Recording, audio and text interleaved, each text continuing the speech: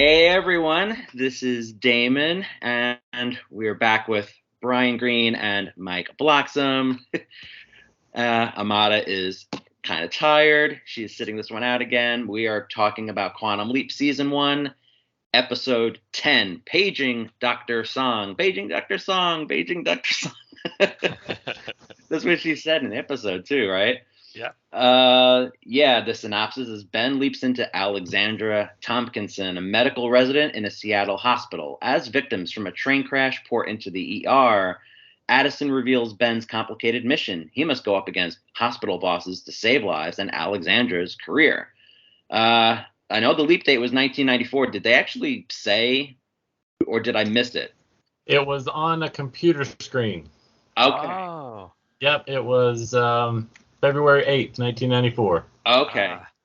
Yeah, see, I thought it was something, but I missed it, yeah. I didn't catch it either. It took me a while to find it, but it's in there. I'm missing when they listed the dates and the episode titles. That's what I kind of wish they were doing. I'm going to mention the writers, written by Benjamin Rabb and Derek A. Hughes. They co-wrote the episode 5, Salvation or Bust. So Tessa Blake, I don't know who she is as a director, but she directed it. I just realized I haven't really mentioned any of that in the reviews so far. But I want to give my first impressions first, because I love this episode. I think this is like my favorite episode so far of the new. Yeah, Ahmad even says it too. It's like this is her favorite. This was Quantum Leap through and through for me. That's how I feel. This was just it had the heart, it had the emotion. It really felt like Quantum Leap to me. Like it just everything about it. I'll just say, like, even off the bat, there was a lot going on in the episode, but I was able to follow it all.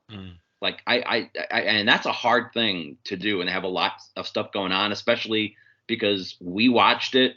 We didn't watch it live. Because we got back late Monday night. So we watched it after dinner with my 2.5-year-old son, walking around the house, and I'm like distracted by him trying to make sure he doesn't kill himself or something, and trying to pay attention to that. And if it's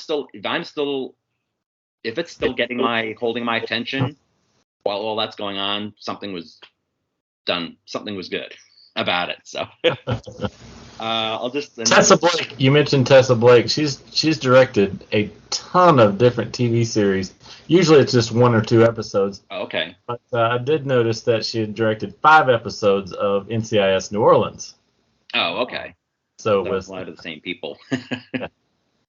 Yeah. Well, so what do you want to say about that? Just I wanted to get that initial first thoughts out. Yeah. Go ahead, Brian. I loved it too. It did feel like a regular episode. I think maybe we got 3 minutes of actual project time. Maybe I didn't time it, but it wasn't much. But they did kind of unpack a lot of little things in those 3 minutes, maybe to come. So like Ben, probably knows more than he remembers right now, I guess. Mm-hmm. So it'd be interesting to see, and she obviously knows who Martinez is. Yeah. And she says something about the people that sent him. So obviously he was sent for a reason, right, I guess, according to that, and if you read into it a little. So that's kind of interesting. But the leap, that was really cool with the 3 people intertwined and how they all kind of came together, and the heart transplant at the end. That was really cool. So I loved it. Yeah. Mike? Yeah. Same here. It was a fantastic episode. I was going to say the same thing Brian just mentioned about the 3 people he was off the bat mentioned sent there to save, all tied into each other. It wasn't 3 independent lives. Basically, they all relied on each other. So I thought that was a really neat mechanic to use in the episode. I don't remember an original series episode with that sort of interdependence within a leap. So that they pulled it off really well. It was it did feel like It felt like authentic Quantum Leap. Yeah. That was one thing I wanted to say. It was like I kind of went into it expecting that because I thought I heard it was going to be kind of like a day in the life of a doctor in the ER or whatever, and just all these different things going on. And I kind of initially thought that there might just be a bunch of different stuff, but they connected all three of those things together like really well. I mean, it started with whatever her name is, with the she had the heart problem because of the drug, the experimental drug that was being used. Mm-hmm. The Kimberly Cole character. Right. Who we were just talking offline about is uncredited as far as I can tell in the episode. Right. Her name does not appear that I could find. So yeah. Did she speak? She did not speak. Yeah, that's why. Yeah, but she was in, three scenes. You could see her face clearly. It was just unusual, I thought. Yeah, so strange that she wouldn't even be as a guest credit at the end. Right. Yeah. Yeah, that's true. And then the second one, we'll bring up some of the actors. That second was Eli Jackson was his name, right? The second patient. Right. Yeah. So and it was played by Stan Shaw. Me and Brian talked beforehand. It was one of the big things that he was.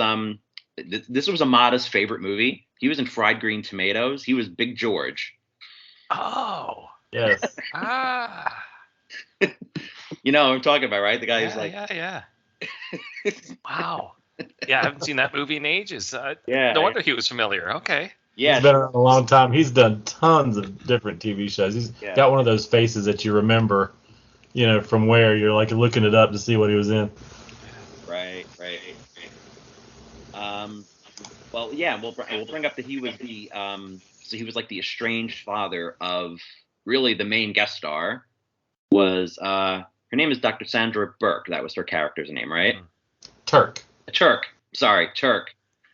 Because that's actually I didn't realize this either. Turk was the name of one of the doctors from Scrubs. Was it? Right. Oh, okay. Yeah. Huh. Yeah, because this reminded you of like ER and like all of like those hospital dramas from the 90s, and then Scrubs kind of got into that and everything. And she was, and so the actress who played her was Tiffany Smith. I know that she's done a few things, and I found this out from listening to the different Quantum Leap podcasts that she voiced Andra in Masters of the Universe Revelation. I don't know if you're probably not familiar, Mike. I don't know, but me and Ryan are like big Motu fans. Yeah. Okay. So she was in that. She'll be in the new Revolution, which is like the second season of that too. She basically is like she ends up becoming like the new Man at Arms because she was like with Tila in the and she was like a mercenary or whatever. Well, whatever. Motu fans will know what we're talking about. Because that was kind of a divisive series. And I know this. She's done other things. You were looking her up, Brian. She played Meghan Markle. I did hear that. Harry and Meghan. Yeah, Harry and Meghan. So she played Meghan Markle before, but lots of other things. I haven't seen a lot. NCIS Los Angeles. Various other things that I've just not seen. But tons of things. Lego DC Supervillain. She voiced something in that. I think she did some related stuff for like DC, or she did like some of those after shows or something, or she would be talking about stuff. But she was. I liked her character. She was. It's kind of like what we were talking about even last week. How you're really starting to feel like you care about these characters, right? And the whole thing that she was talking about with her. I'm blanking now. It was like a whole custody thing or something with her son. Yeah, with her son. Yeah. Something like that. Yeah, and she was like afraid to go up against that doctor. We're kind of like again skipping around, but the big story revolved around like the whole pharmaceutical companies wanting to push this experimental drug and not realizing that later on it would have, affect people like their health and everything. Like I can. This is kind of like a big thing for our generation, isn't it? Like just right. I've heard things like that. Like you find out years later. I see commercials all the time for stuff like that. So it was pretty relevant, I thought. This whole plot. Yeah, for sure. Mm-hmm. They really threw a lot of different little small things like that in there. Yeah. Little issues that everybody was dealing with at the same time. So I thought that was kind of neat. Yeah, and then I'll also bring up, I'll bring up the second of the three that he was the last one. What's his name? What was the character's name? Louis Tan. Louis Tan. And he was played by Francois Chow. Is that his name? And I think we all recognize him as from Lost. Yes. He was Yep. Dr.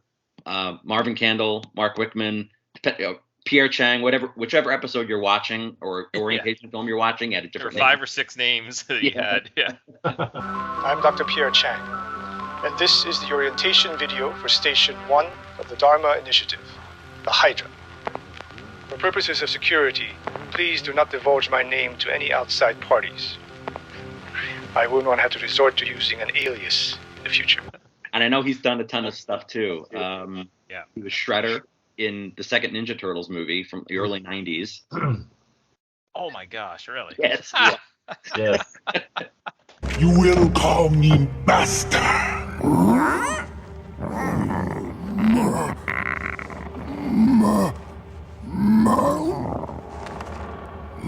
Mama?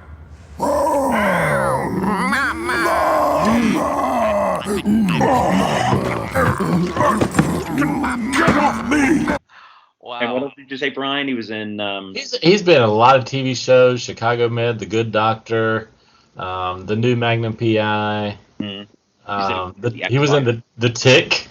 Yeah, 10 episodes of The Tick, which was hilarious. He was in an episode of The X-Files back in 2018.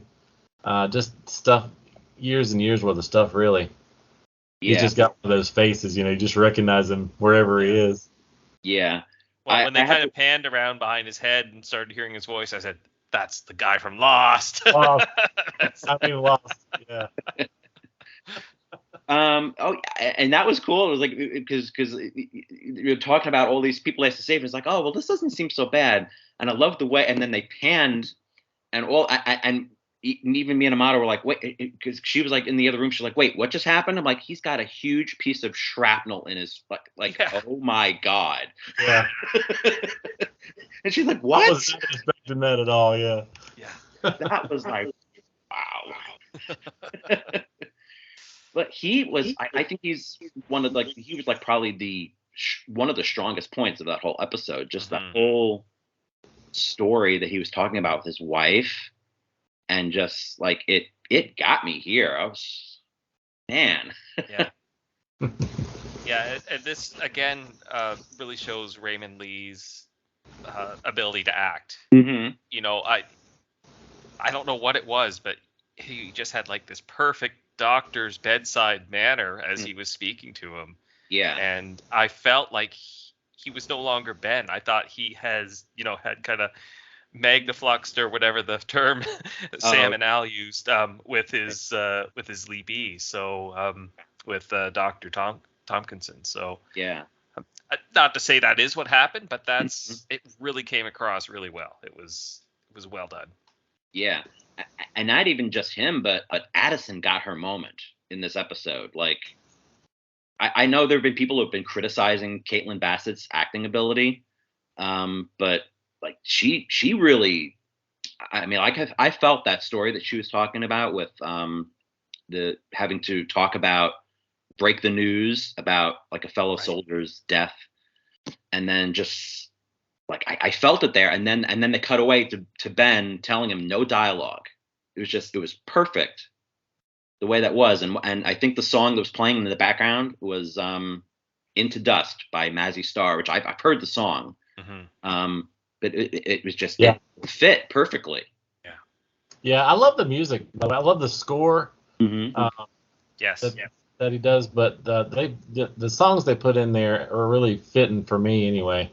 I like that they use period, we're getting 90s, we're getting 80s, that's kind of cool. Yeah. So it's a little bit new, but yeah, that's really cool. I'm trying to figure out, I can't remember the guy's name that does the score. James Chan. Yes, thank you. Yeah. I love it. Yeah. Yeah, and speaking of that, like I've said it in the past how I didn't always like the score. It actually sounded like a Quantum Leap episode this time too. Like there were some beats of that just like sounded like some of the really good episodes of Quantum Leap, the real dramatic stuff. Like, and we're getting a little bit more of some beeps and stuff from the hand link too, by the way. Yes. Oh yes. I noticed that when she was slapping it. It sounded very gummy bear. So I'm going to complain about the score. The score overscores all of the sound effects, so I can't get any, to put on the website or anything for people to just listen to. So I'm hoping they'll quiet it for a little bit somewhere or another, but I got a couple. Yeah. And just like last week, we're getting more hologram effects. Yes. Someone actually walked through her this time. Right. And she's fading in and out in a neat way. Yeah. So I think they really got a little bit more money in there finally to do some neat things. Yeah, the comment that she's kind of sliding in, like it's almost like the old imaging chamber door, but she's doing it herself. But I can get behind that. That's a pretty cool. It's like scanning her in. Yeah. That's what it looks like to me. Exactly. Yeah. With my notes, that's not much else. I didn't get to take a lot of notes, but I remembered a lot of stuff. We went back to the old intro, which was like okay, I don't know why we did that, but I feel like the story's advanced enough that we could have had more to it, but they went back to it. Yeah, I would like to see a new one, something a little bit. Yeah. I don't know exactly what, but yeah. Yeah. No Ian in this episode. Not a bit. Right. Nothing mention or anything. Yeah. Did they even mention them? No. I don't think so. No. Yeah.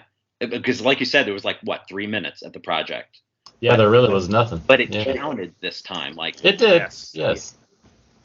I know we didn't get a ton of new information, but I did find that very interesting. When she was well, first off, let me just say that I've commented in the past that I'm not sure how I like Janice, because I think what it was she always came off as kind of smug with her attitude, and she always came off as like, oh, I'm one step ahead of everybody, I'm better than everybody, and she's supposed to be Al's daughter, and I don't want to think of Al's daughter like that, just like this, better than everyone.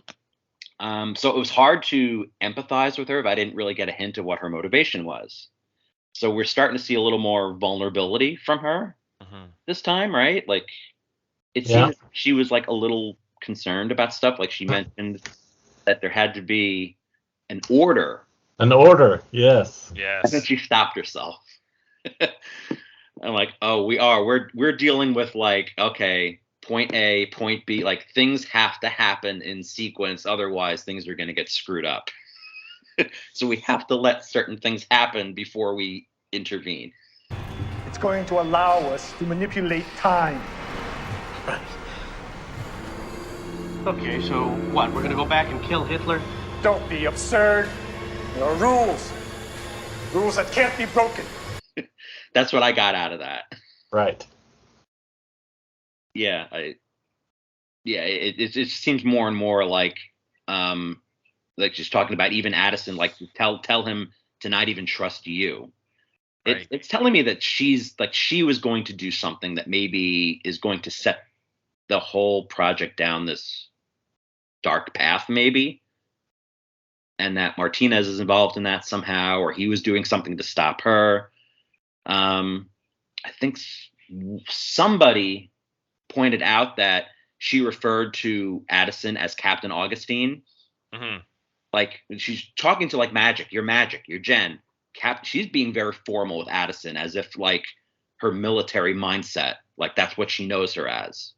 Mm-hmm. It got me thinking, maybe that's that maybe that she's going down that path of she's going to do something that I don't know. I'm kind of rambling, but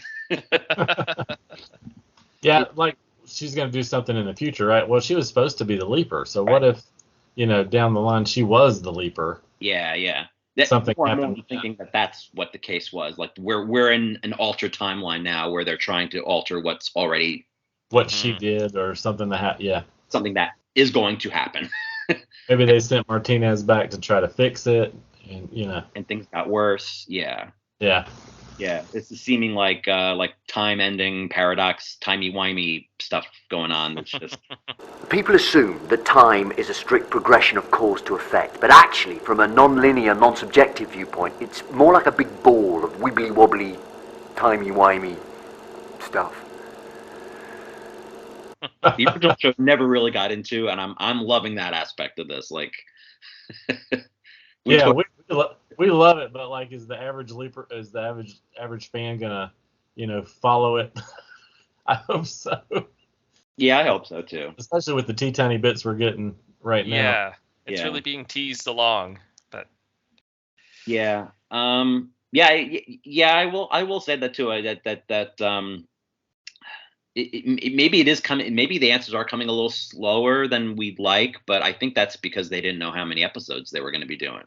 Well, that's true. Yeah, it could have only been 10 or. Yeah, so they have to stretch this whole thing out. Right. So I'm thinking we'll get some answers pretty soon. I'm wondering if we're actually going to see Janice talking to him again, because that's kind of what I was hoping, that we were going to get some more interaction between them. Mm-hmm. So, and Martinez still hasn't appeared again. So where is he? Yeah. Yeah, he's got to show up soon, because there's a reason for everything. They didn't introduce him for nothing, and the whole thing is like they wouldn't have mentioned that she was supposed to be the Leaper if that didn't mean something either. Everything means something. So I think that's about all I've got for this. So you guys have anything else you want to add?